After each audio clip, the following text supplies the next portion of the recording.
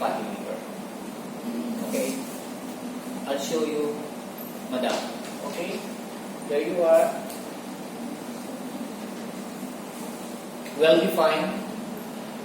Whereas here, you have it, but it's blurred. Okay? You can see the difference? So definitely, I won't ask you for normal liver. Okay? Here, a simple cyst, hepatic cyst, that is on the left lobe.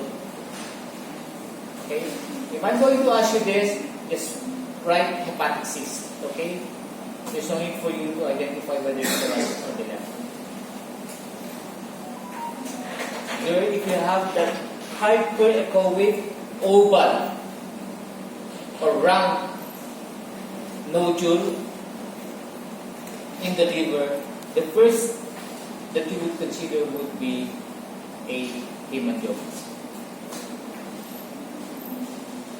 For you to rule out that this is a hepatic nodule, CT scan should be requested. Okay? How would you know that this would be a hemangioma? If you do your CT scan, contrast material is needed. Okay? Because if you're going to infuse the contrast material to your patient, expect a highlight. The hemangioma would appear more intense. Mas puputi siya. Because what do you expect in hemangioma?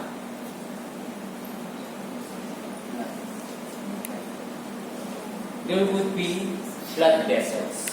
So if you would infuse your contrast material, the contrast material would go to your lesion and expect the lesion to be more intense because of your contrast materials. Okay? So, definitely,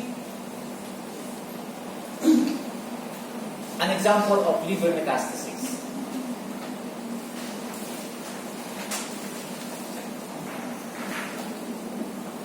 Okay?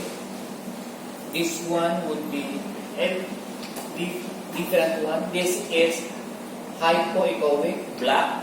You would see 1, 2, 3, 4, 5. This one is white. 1, 2, 3, 4. Okay? This one could be also a lesion. So there would be multiple. It's either black or white. So if you would see multiple lesions of varying sizes in the liver, please consider hepatic metastasis. Most of you wrote, instead of bone metastasis, depressed fracture of the skull. I don't know why. For those who wrote lytic lesion, I consider that.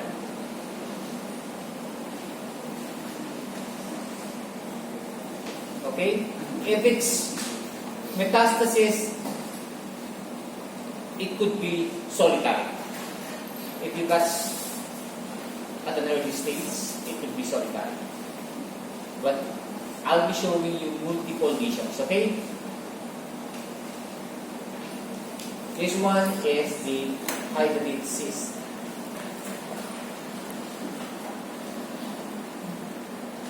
It looks like an ovary filled with follicles, okay?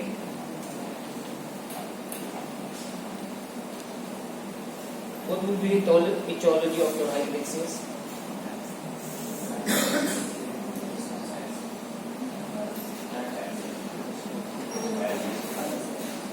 Okay. Parasitic?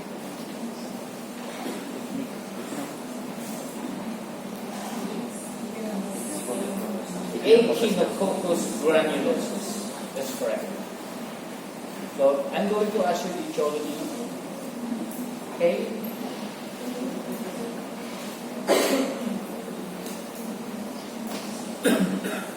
So, there's a huge mass on the right lobe of the liver, so this is hepatoma.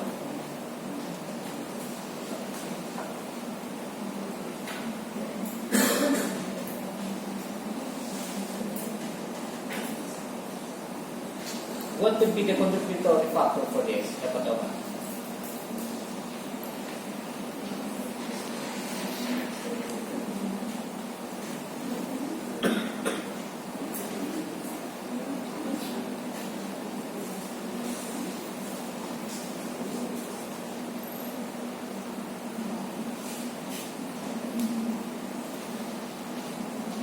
So, the normal parenchyma of the liver is the one below. Okay, the mass is this huge one. Okay, if you're going to compare the parenchyma, this is more intense. This is hyperechoic. Okay.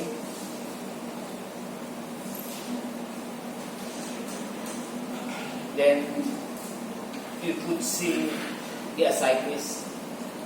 Usually the first area wherein you find your ascites is on the right upper quadrant area of your abdomen.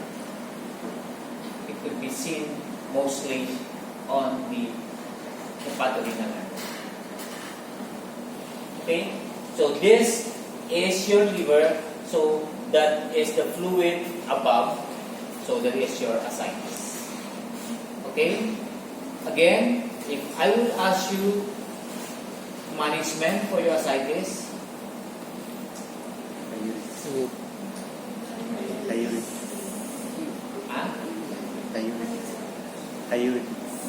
okay, we have the diuretics. If it's massive, what?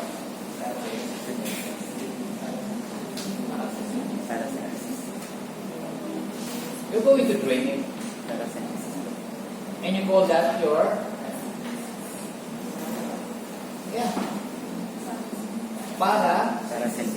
synthesis. You have your in your thorax and in the abdomen, it should be parasympathesis. Okay? Yeah, this one is the hepatic abscess. Okay? So, it's more of a complex. Okay? And then you have there your pleural effusion. Okay?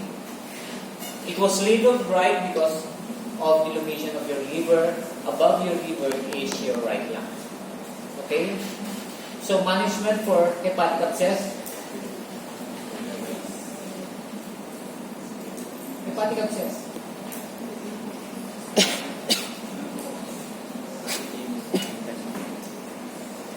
If this large perforating stain. Antibiotic. Deploy antibiotic. Okay? Usually stop yan, anti-stop.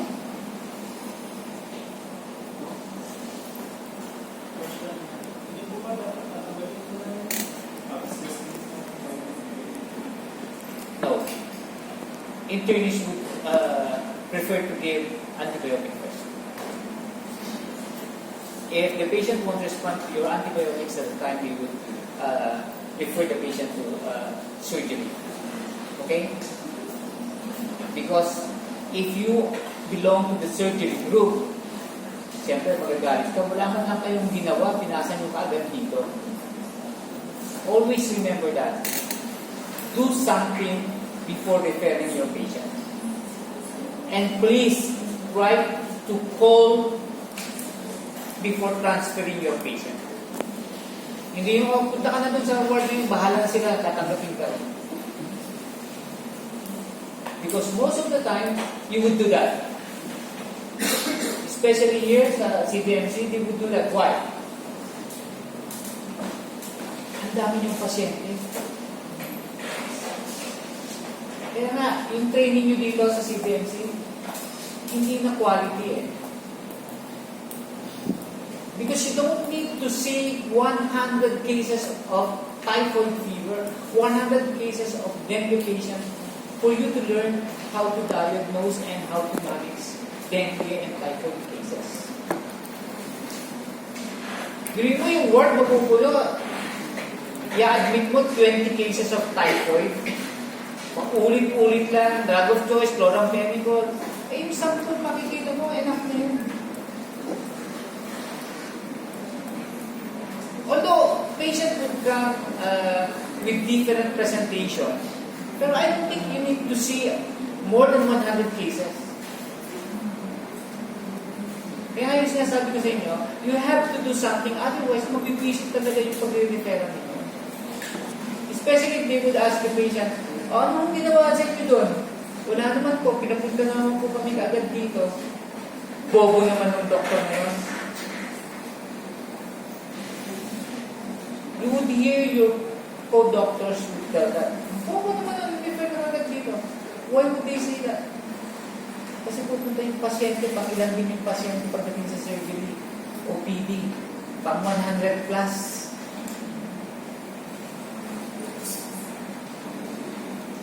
Pagkatapos duty ka ngayon, bukas from duty ka, you will stay till afternoon pata kasi mag-OPD ka. And then the following day, papasok ka na naman, duty ka. Anong quality of life you have?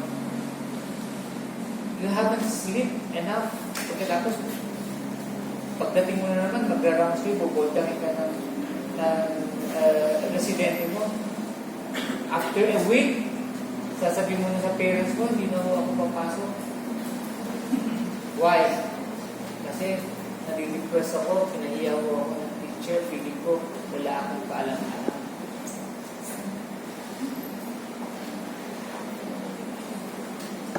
As I've mentioned before, you only need 1% knowledge if you're going to practice medicine. All you need is 99% PR. Kaya pagka nagagalit yung residente mo, yan, pasok dito, labas yan. Bukas, pagka sinabi, ang bobo-bobo mo naman, chloramphenicol, drug of choice, typhoid fever, hanggang ngayon, hindi mo alam. Pero later on, if you're going to practice, anong practice na ngayon? Ano yung sinasama nila sa typhoid fever? Most pediatrician, basta pagka dumating, dengue, typhoid na kagad yan, ang approach sila. Okay? So pagdating na practice ng medicine, ikaw may mag-a-adjust. How are you going to approach your patient? And then, doon mo na lang marirealize, may natutunan ka, pero hindi lahat ng tinuro nila sa hospital tama. You're going to follow. Yeah, please, if some of the residents would be very, very mean to you, obayan nyo na. Okay? Because you don't expect every day you would be reporting to the hospital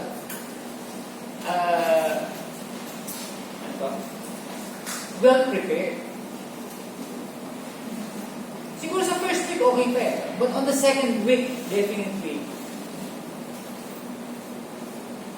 you will feel very, very hard. Okay? So try to be considerate also with your co-interns.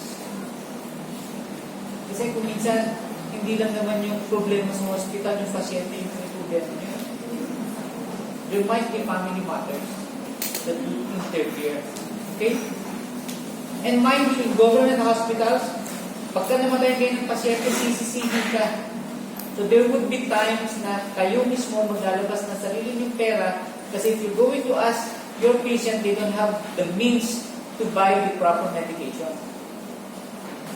Kasi kunwari, drug of choice ng pasyente mo is cloxacillin.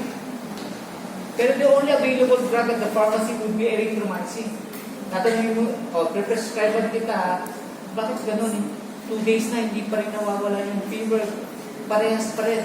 Pag tatanong mo yung pasyente, asan yung reseta mo, Doc, nandito? Bakit nandyan sa wala ang pera? So there would be times kayo mismo bibili ng drug para sa pasyente.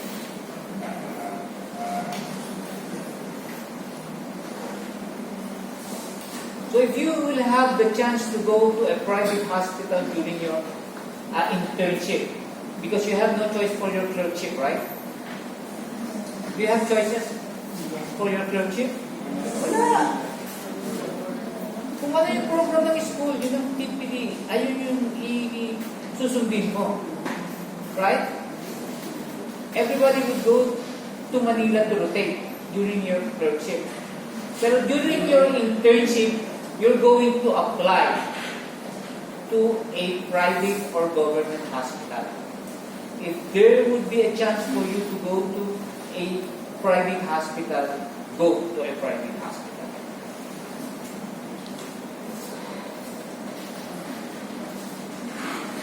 Why? You would be more compassionate if you would go to a private hospital. Kasi patient yun, hindi mo pwedeng sigaw-sigawan.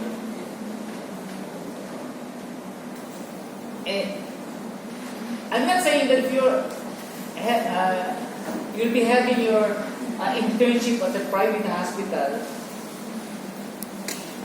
being compassionate to your patient kung minsan may mga lapses. Kasi ngayon siya sabi ko sa sobrang dami.